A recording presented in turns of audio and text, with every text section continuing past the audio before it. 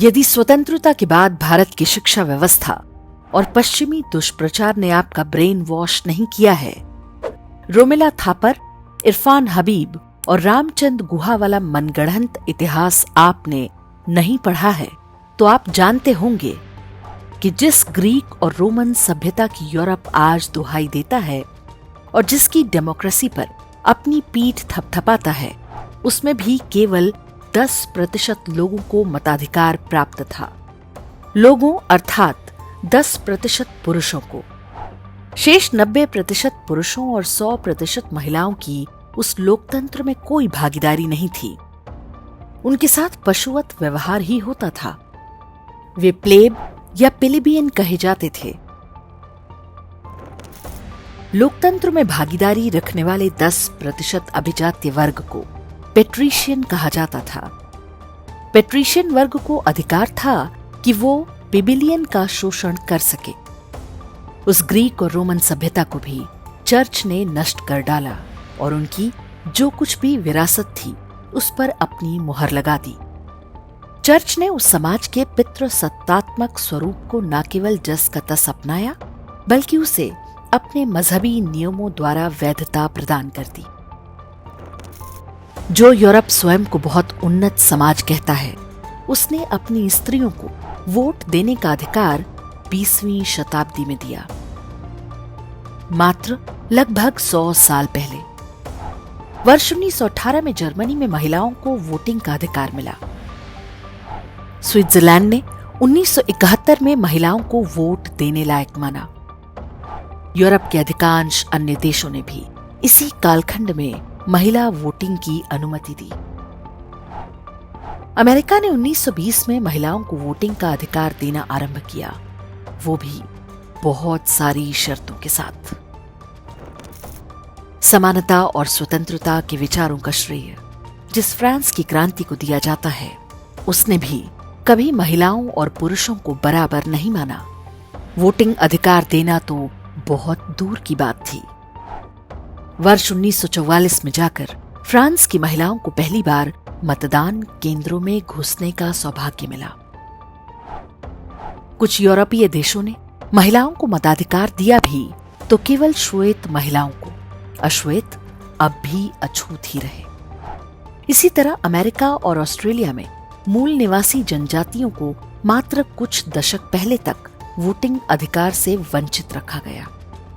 अब जब वे लगभग पूरी तरह नष्ट हो चुके हैं, तो उन्हें कोई अधिकार देने का वैसे भी कोई अर्थ नहीं। आपको जानकर आश्चर्य होगा कि आज विश्व में केवल एक देश है जो महिलाओं को वोट देने योग्य नहीं मानता, और उसका नाम है वेटिकन। कैथोलिक ईसाई मजहब का यह केंद्र आज भी महिलाओं के मूलभूत मानवीय अधिकारों के दमन का प्रतीक बनकर खड़ा है, जबकि इसी मजहब के एजेंट भारत में समानता और स्वतंत्रता की सबसे अधिक पट्टी पढ़ाते हैं। ये तो थी ईसाई समाजों की बात। इस्लाम में क्या हाल होगा, इसकी तो आप कल्पना ही कर सकते हैं। सऊदी अरब ने वर्ष 2015 में पहली बार महिलाओं को वोट देने की छूट दी। संयुक्त अरब अमीरात ने 2006 और कुवैत में 2005 में महिलाओं को वोट देने योग्य माना गया। वास्तव में दोनों प्रमुख अब्राहमिक मजहबों की आसमानी किताबों के अनुसार स्त्री केवल देह है। इन कथित ईश्वरीय पुस्तकों में महिला को पैरों की जूती, पुरुषों की खेती और शैतान की बेटी कहा गया है।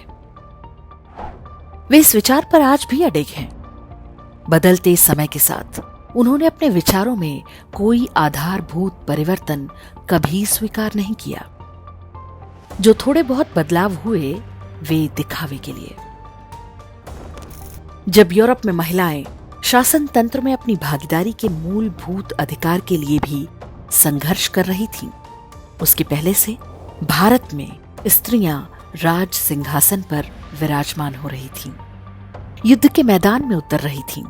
ये क्रम आज भी जारी है। पहले की ग्रीक रोमन सभ्यताओं या अब किताबी मजहबों ने अपने अभ्युदय से लेकर आधुनिक युग तक कितनी महान महिलाओं को जन्म दिया। एक हिपैशिया ने गणित और विज्ञान में चर्च के अंधविश्वास को चुनौती दी थी तो उसे भी मार डाला। हिपैशिया की कहानी चर्च के घृणित इतिहास का सबसे बड़ा साक्ष्य है।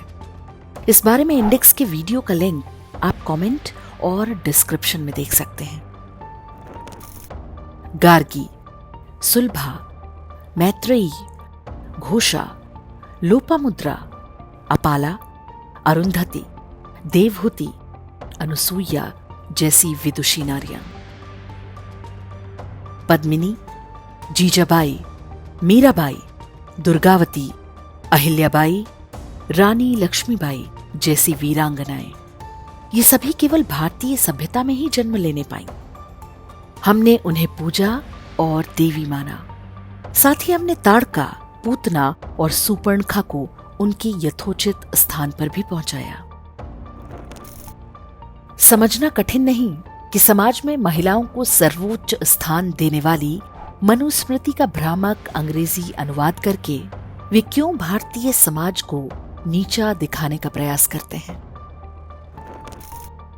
अपने धर्म और इतिहास के बारे में जानें ताकि अंग्रेज अफसर एओ ह्यूम द्वारा स्थापित कांग्रेस पार्टी का कोई शहजादा जब कहे कि हम भारत के लोग अपनी महिलाओं को घरों में बंद रखते हैं, उन्हें बोलने की अनुमति नहीं देते, तो उसकी नीयत को समझ सकें और पलटकर उसे उसके मजहबों का असली चेहरा दिखा सकें।